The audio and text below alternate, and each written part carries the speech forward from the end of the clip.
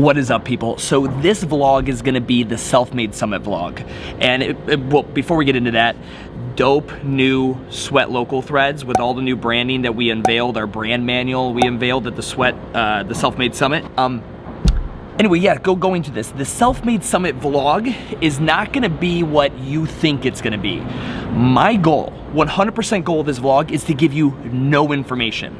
If you literally watch this for the education, you'll get some of that, but it's not gonna be from the Self-Made Summit. You elected to not fucking come, and if you got the remote access, you're gonna get to see everything, but my goal is to give you fucking nothing, not a single ounce of it, because that's reserved for the fuckers who paid. And you're a cheap fuck who didn't pay. But here's what I do wanna do, because I really appreciate you watching my shit.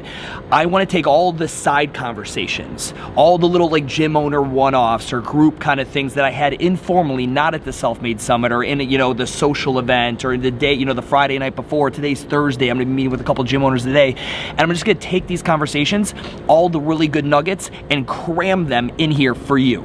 Right? That is my like parting gift to you, because I'm not gonna give you any of the Self-Made Summit.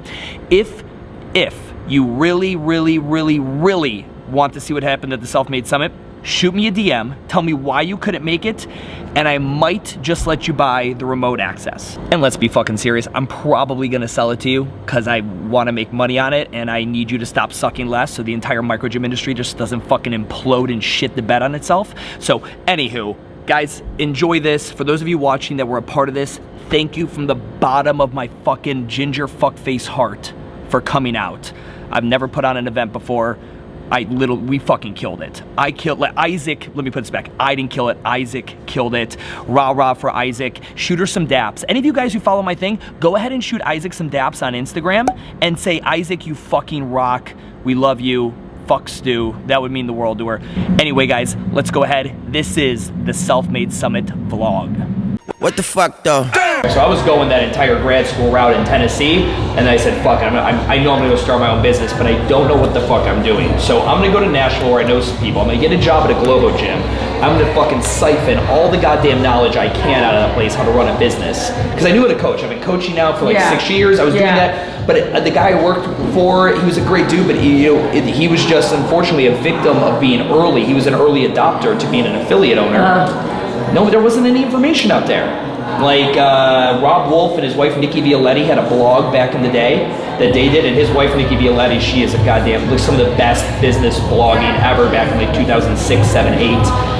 They're the ones who started the on-ramp. They created the on-ramp that every gym adopted for you. That was them. That was Rob Wolf's wife, the paleo guy. There just really wasn't a lot going on then, so we're all just kind of victims. But the guys who did have it fucking figured out was Globo Gym. Whether you like the morals of wanting to sell it paid in full and then not have that person come in, here's the one thing with Globo Gyms. Everyone is like, they're so unethical. It's not that they're unethical, it's just the fucking math of it. You cannot have a 50,000 square foot spot and sell memberships at $49.99 and not have 17,000 members. And not expect that, right. And you cannot have all 17,000 members come in the same week. You would be out, the fire marshal would show up and shut you down. Right. It is an absolute math thing. So even though it's like, well, that's a broken model, that's right. That's why they go to business. There's a Gold's Gym in the center of Charlotte, in Uptown, in the heart of it. Just went out of business. It's been there for 6 years. It's not a viable model. It's not cool to go to a Gold's Gym. Right. It's not. Gen X or Gen Z, millennials, they don't want to go there. They want to find a tribe. They want to go somewhere cool, or here they need community, right? They want, well, it's like, it's community, and then it's also nomadic community is a big thing. ClassPass. Do you guys have ClassPass? Yep. ClassPass has created the concept of nomadic fitness. It's like going to the bar, the microbrewery, and ordering a flight. I want to try a little bit of everything. That's ClassPass. Do you accept ClassPass? 100%. Yeah. 100%. Especially when you're a new brand in a city like Charlotte, where ClassPass is very prominent, you have to be. What is up, dear? Hello. Gym owner people, some people come sit with us. Jody, Lacey, Hi, Jody. Lacey, Jody Butler. Nice to meet you, Jody. You do classes, you don't do personals? So we have a PT first model that I've slowly kind of shoved to the side as we've grown the program and we've grown what we do. And with the model, because the franchisable model, it will not have a PT first requirement. I like it for CrossFit gyms. I think it makes sense for CrossFit gyms. I think it made a beautiful financial sense, and I think it makes cognitive, like, I've never held one of these before. I should probably have someone show me how to do this sense. So I really like that. And we did PT first for such a long time. And then as we went further and deeper into this model, we didn't need to. Now, we'll still maybe 1 in 5, we still close it on them because it's easy and they want it and need it and all this other stuff. But it's not, I wouldn't, if I had my way, we wouldn't do it on anyone unless they absolutely needed it. Because my goal is, again, this is not the space. Again, the space is meant to be 4,000 square feet, very tight, very small, where there wouldn't be any room for that. Right, so that is the goal. Our goal is a volume-based model, and that is 100% what, unfortunately with PT, that is a limitation. Just do one thing really well. And when you're looking to just replicate one thing, the second you get a personal training, well, if we're doing personal training, individual design's okay. And if we're doing it, like it gives the opportunity for the glass to get, like your windshield to get that one thing and it splinters. It's just better to put everything in a box and say no. Black and white has been kind of like a business and a brain mindset of mine that I've had to, for this location. And it's different because I'll be on calls for 3 to 4 hours a day, and I'm gray with all these gyms, and I'm trying to find a way that's going to make things work. And then in mine, like Isaac's like, but can't we? Like, no, because it doesn't scale. It was an equipment thing we were arguing over the other day, and it's been the pull-ups. That's what it was. So we've had this ongoing, just visceral. Me and Isaac are going to just fucking duke it out. Isaac like, Stuart, there are more ways to scale pull-ups than the 2 variations we give. I'm like, you're 100% right. There's 1,000 fucking different ways. We will do none of them except for one. We will do one way to modify. You'll see it in tomorrow's 3 p.m. class. You'll see it. It's the only way we modify the pull. But why? Because in this model, when everything has to be replicated, it's scalable. I was like, cool. No. What'd you guys think of Matt? Did you like it? It was good. Yeah, it's they've done a great job with it. Mm-hmm. And like everyone sees what it is now, and I really hope what gets conveyed over the weekend. Because again, like they set up shop on that in like 2012, when like everyone was just kicking ass as a CrossFit gym. It was like stupid to not be a CrossFit gym. Yeah. And they were just that really expensive weird gym that didn't have barbells for a while. So like you're talking a while of like people not getting it. Like, why would I pay this much? I go to CrossFit, whatever. And they just stuck true. But like, when you rebrand and you do that, you put your head down and you are just gonna eat shit for a significant period of time. It's not gonna catch in a year. How won't catch in 3 years? We're still, I would say we haven't caught it all. Like our aspirations, like it's, we're coming up on 3 years here. Alrighty guys, bring it in. If I get everyone to come on in over here. Bring it in tight, There we go. A lot of talking to do this weekend, so I want to that's perfect, James. That's good. Awesome. Fucking hey guys, so glad everyone's here. So here's the plan for this class. A lot of you guys have been spending the day going to other gyms, working out and all that. You've been a customer in there and they've been kind of just treating you as a customer. I know why the fuck you're here. And I want to give as much value in this class as possible. Where's Deuce? Right there, that's Deuce. Deuce is our assistant GM, he's our head coach. He is gonna be the coach in this class like we would run 1 to 20. He'll be the guy telling you to drive your knees out and all that other good stuff and keeping you on point. Isaac and myself are gonna be coming around to answer any questions, give complete context to the business aspect. Well, why the fuck do you do it like that? Or why do I have to stay in this box? Or why do we not use those pull-up? Those kind of questions. I'm not here for you to get a good workout. I don't give a shit. I'm not gonna tell you to drive your knees out. I'm here to answer business questions, operational capacity questions, equipment questions, space questions. That's why you're here. So you're gonna go through this workout, experience what that would be like, but the reason you're here is not to experience a good workout. Whether you're at F45 or metabolic, is to see how other businesses are doing it and ask the fucking questions. And you're gonna be able to do that in live time in the workout today.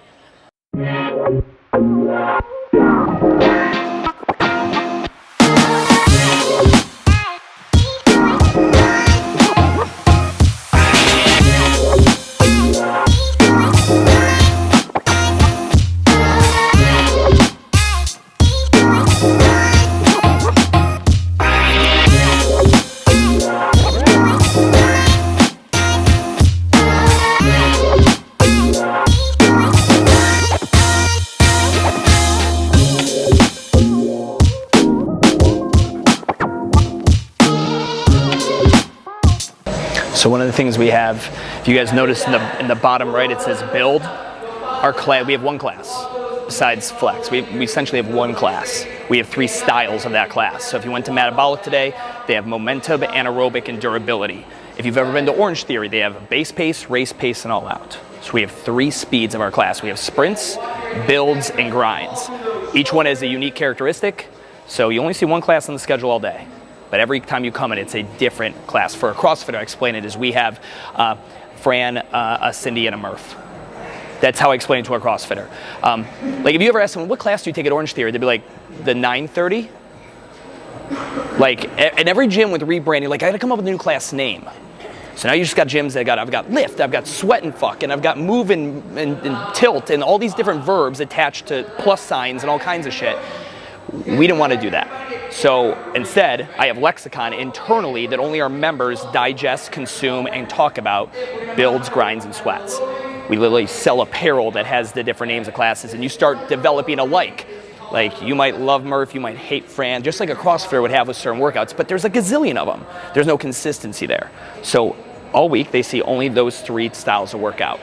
We release all the workouts a week in advance. So on Sunday, every workout goes out. We have a custom app in the App Store. We used the pull-up bars as pull-up bars for a while. We've literally been doing it for like 7-8 months. Now we do not. We do not use the pull-up bars. They're literally, the pull-up bars are now an apparatus to hang low rings from. No choice. The fucking problem with the average microgym wanting to accommodate, well, I want to use the pull-up bar and I like the rings and I need a box to stand on. Can I get a red fucking band? No. For my model, looking to replicate something, you cannot allow that variety. You cannot. It is not replicatable, which is why you don't see CrossFit gym franchises, because you can't replicate that stuff over and over. Now, if you're going to be a single hitter and you want to provide the best coaching for those that just that one, I believe in accommodating it for my model, just so you understand. And that's why I don't think not everyone should do this.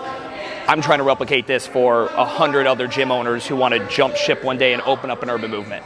So I've got to come up with a way that doesn't allow the client to grab the fucking business by the balls, which every CrossFit gym owner knows the clients can grab the business by the balls. And, oh, we're not doing the open on Fridays, like that kind of thing. Nobody in here has once, when we pulled the rig out, not one person said a thing. Not one. When we move shit around and we put this here and we stop doing this, no one says a thing. And it's something I learned when I started going over the metabolic. They show up, they work out, they get out. Because they're in, like Metabolic calls them high performers. You'll hear them talk about that in their keynote. They want a high performer. A high performer is someone who does fitness. It's not their life. It's not the best hour of their day. Seeing their fucking kid, hitting that commission bonus, banging, fucking going to see the movies. That's their best hour. This is just an hour of their day. That is a sweet spot client that shows up, pays. They still talk well about you when asked. They still tell their friends they should come with you, but they're not getting that fucking tattoo on the forearm, because that person feels very offended when you raise prices. That person has an issue when you take away the barbell. There is a fucking love affair with your clients at and I had it. I was there fucking 2011 to 2014, 15. You change something and they're like, you didn't consult me? And so that was that's the client we wanted to get rid of. And it's cost us so much money. It's been so painful, but it's so much better. The people we're able to give now, just a good, consistent experience. My coaches aren't dragged out with fucking drama. They're not, they don't have, oh, Cindy's gonna be upset because she sees the workout today. She's already sent me a text that she doesn't like this. It just, we didn't want it. We just want it in and out. We want people to be cool, like socialize. Like our Christmas party is a blowout. And we always invite ex-members. So questions. So those guys got to hear me give like a play-by-play. You guys were breathing a little too heavy. So visually, I was asking those guys, is there not a visual difference watching a class like what we have here move slow? Visually, watching you guys go slow and steady versus, your crazy fucking, I gotta beat the clock craziness that you might have in your CrossFit gym, visually is less intimidating.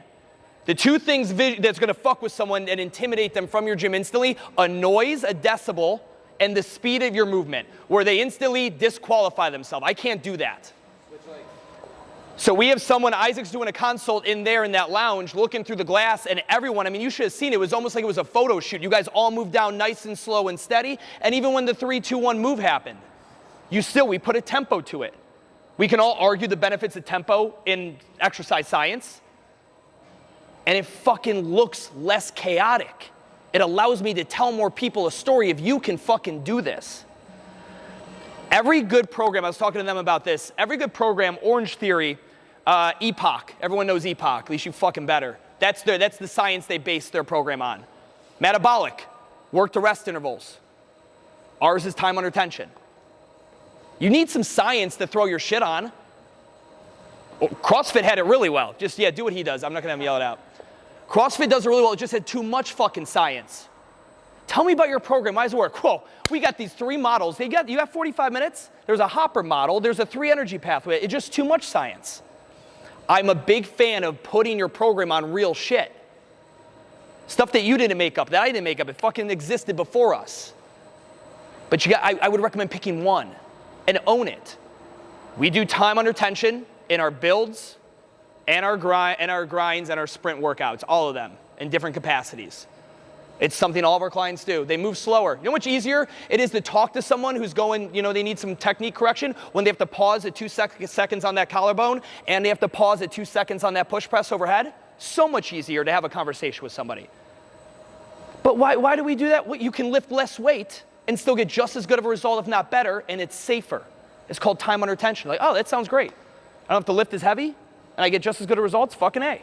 I was asking those guys, I'm like, does any of this look different than CrossFit?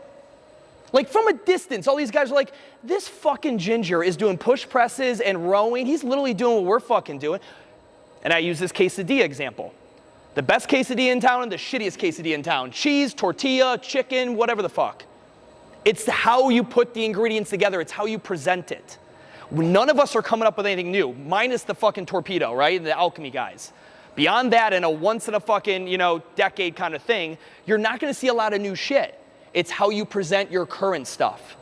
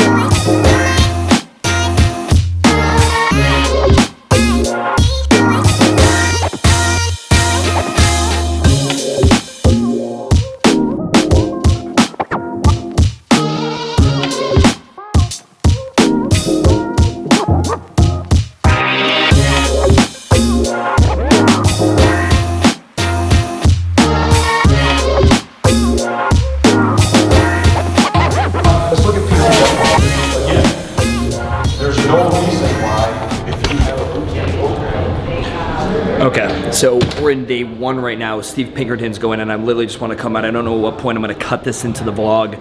I don't pitch him enough. Steve Pinkerton, owner of Vitality Fitness and EvoFit, has got to be one of the smartest dudes that doesn't look smart. Now hold on. It's not that he doesn't look smart. If you see any of the B-roll of him, he's looking fucking jeans. He's got a little sweater on. He's adorable. He just is so large. His military background, his competitive CrossFit background. I think people kind of write him off. Just listening to that dude, I cannot tell you enough. Any of you guys who are not down with my rebranding, you're not willing to do what Alchemy did, what Metabolic did, what Urban Movement did. That's not your mission, your brand, your vision. You're looking to have something alongside your CrossFit thing. That motherfucker, if you do not reach out to Steve Pinkerton, tell him Stu fucking said I have to talk to you about what he's done with EvoFit, I don't know what the hell you're doing. Even I'm listening to him and I'm like, fuck, I kind of want an EvoFit. It's literally, he's probably, Steve, I don't know if you watch this, man, but probably one of the nicest, selfless guys I've ever met. And just listening to him out there, he is so fucking smart, and I don't think he gets enough credit for it. All right, back to the vlog. What I am so interested in is the power of the brand, right? Yeah. And what I really want to talk to people about is this absolute cult feeling that people create through a fucking image or a word or what. Yeah.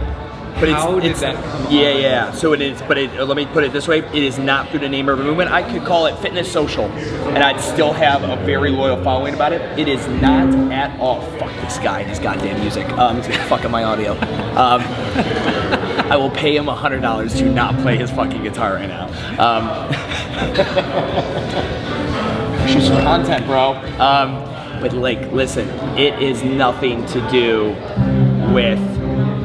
We're gonna go outside. This guy's gonna fuck my shot up. We're gonna go outside. We're 100% for the name of content. We are going outside. The naming convention is the last thing you even decide on, and it's the cult-like feeling does not even exist. Like what people buy into is nothing to do with the name. Honestly, I think we'd all agree.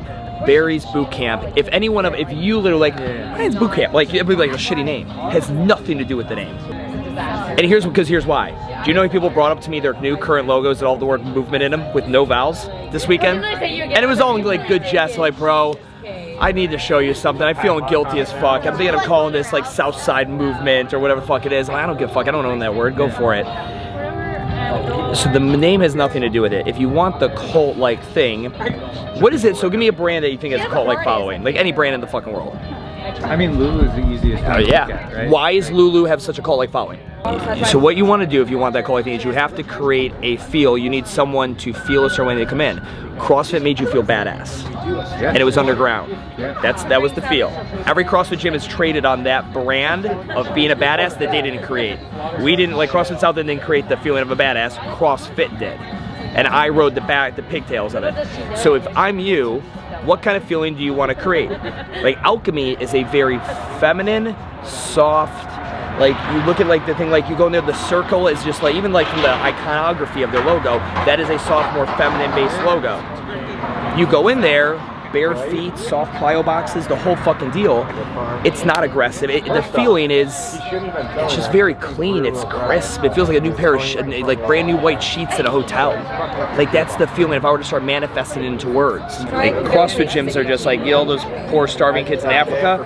So I picture all the CrossFit gym kids needing help with their brand work. And not only just aesthetically with logos and designs, but just understanding the idea of it because it's such an abstract thing. You know, brand, remember, we don't control the brand. The customer controls the brand. It's in between the ears. Whatever, again, I think I would love to. I'd have listening devices in all my customers' cars and in their apartments. And if I could just have that wiretap for a month and I would record everything my clients say when they're in the car. Yeah, I'm just having home from the gym. And the boyfriend on the other side, well, how was it? Oh my God, if I could just hear what people say. Because I don't think it's just, oh, it's good, and they move on to the next thing. I think they say things that I would love to hear, that would help me so much. Going out to the, you know, you guys have always gone and probably had some beers with your members, right? And Gary, you know, I know. And those are kind of those fun moments when you have a member who's maybe been overserved just a little and they put their arm out like, man, you changed up. I need like 6 beers earlier than that where they're a little loose-lipped just to talk a little bit more. Those are great nuggets. They're not sober, they're not drunk, but they're just a little bit more relaxed and the words will flow because they want to gush on you for a second. I would just take this, put it in fucking on record mode and just fucking be like, no, as you were saying, go ahead, keep going, and just let that record. 100,000%. Because it will say one thing in there that just flips. That just like, that's such a simple way to put it. I never thought about wording it like this, a place to work out and get work done. Very simple. I don't think me and Joe directly came up with that. I think that was definitely through client conversations. We manifested that, but man, it is, it's amazing because we try to think of how to call our thing, but we don't use our thing like they use our thing. We think of it so much different, so emotionally evolved. I know how good it is. I put so much work into it. It's my baby. Like all the moms where my daughter goes to school, listening to them talk about their kid, and then I'm like, in my head, I'm like, your kid's a fucking booger eater over there chewing rocks. Shut the fuck up, like whatever. Like how other people don't, like again, when it's your baby, you talk about it with complete bias. I don't want to talk, I don't want to try to figure out how to say it because I'm not the person who says it. That's why again, marketing is I say what it is, branding is you say what it is.